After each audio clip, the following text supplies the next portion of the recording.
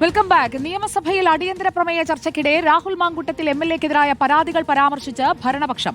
ഒരു കുഞ്ഞിനെയും കൊല്ലുന്നതല്ല സർക്കാർ നയമെന്ന് ഭരണപക്ഷ MLA-മാർ വ്യക്തമാക്കി. സ്ത്രീ സമൂഹത്തിന് അപമാനകരമായ കാര്യങ്ങളാണ് സംസ്ഥാനത്ത് നടക്കുന്നതെന്നും ഭരണപക്ഷം വിമർശിച്ചു. അമീബിക് മസ്തിഷ്കജ്വരം വിഷയത്തിൽ മണ്ണാർക്കാട് MLA N ഷംസുദ്ദീൻ കൊണ്ടുവന്ന അടിയന്തര പ്രമേയം ചർച്ച ചെയ്യുന്നതിനിടെയാണ് രാഹുൽ മാങ്കൂട്ടത്തിനെ വിമർശിച്ച് ഭരണപക്ഷ MLA-മാർ രംഗത്തെത്തിയത്.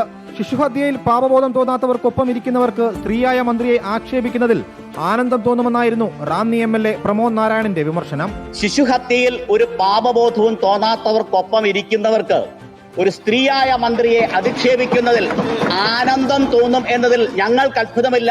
ഇത് ഏറ്റുപിടിച്ചുകൊണ്ട് KU ജനീഷ് കുമാർ MLA-യും രംഗത്തെത്തി. ചില MLA-മാരൊക്കെ ഉറങ്ങാൻ പോലും പാരസെറ്റാമോളും സിട്രസനും ഒക്കെ കഴിക്കുന്നതായിട്ടാണ് പുറത്തുവരുന്ന വിവരമെന്ന് അദ്ദേഹം പറഞ്ഞു. ചില MLA-മാരൊക്കെ MLA-മാരാണോ വ്യാജ MLA-മാരാണോ എന്ന് എനിക്കറിയില്ല. അവരെല്ലാം ഉറങ്ങാൻ പോലും പാരസെറ്റാമോളും സിട്രസനും ഒക്കെ കഴിക്കുന്നതായിട്ടാണ് സാർ പുറത്തു വരുന്ന വിവരം. ജന്മിത്തകാലത്ത് സംബന്ധം കൂടാൻ നടക്കുന്നത് പോലുള്ള സമീപനമാണ് രാഹുൽ മാങ്കൂട്ടത്തിന്റേതെന്ന് K ശാന്തകുമാരി MLA-യും ഉന്നയിച്ചു. അദ്ദേഹം ഇപ്പോഴും പഴയ ജന്മിത്ത കാലഘട്ടത്ത് സംബന്ധം കൂടെ നടക്കുന്ന ആ കാര്യമാണ് നിരോധിച്ചിരിക്കുക കേരളത്തില്. ഒരു കുഞ്ഞിനെയും കൊല്ലുന്നതല്ല സർക്കാർ നയമെന്ന് പറഞ്ഞ് രാഹുൽ മാങ്കൂട്ടത്തിനെ പരോക്ഷമായി വിമർശിച്ച് TA മധുസൂദനനും രംഗത്തെത്തി.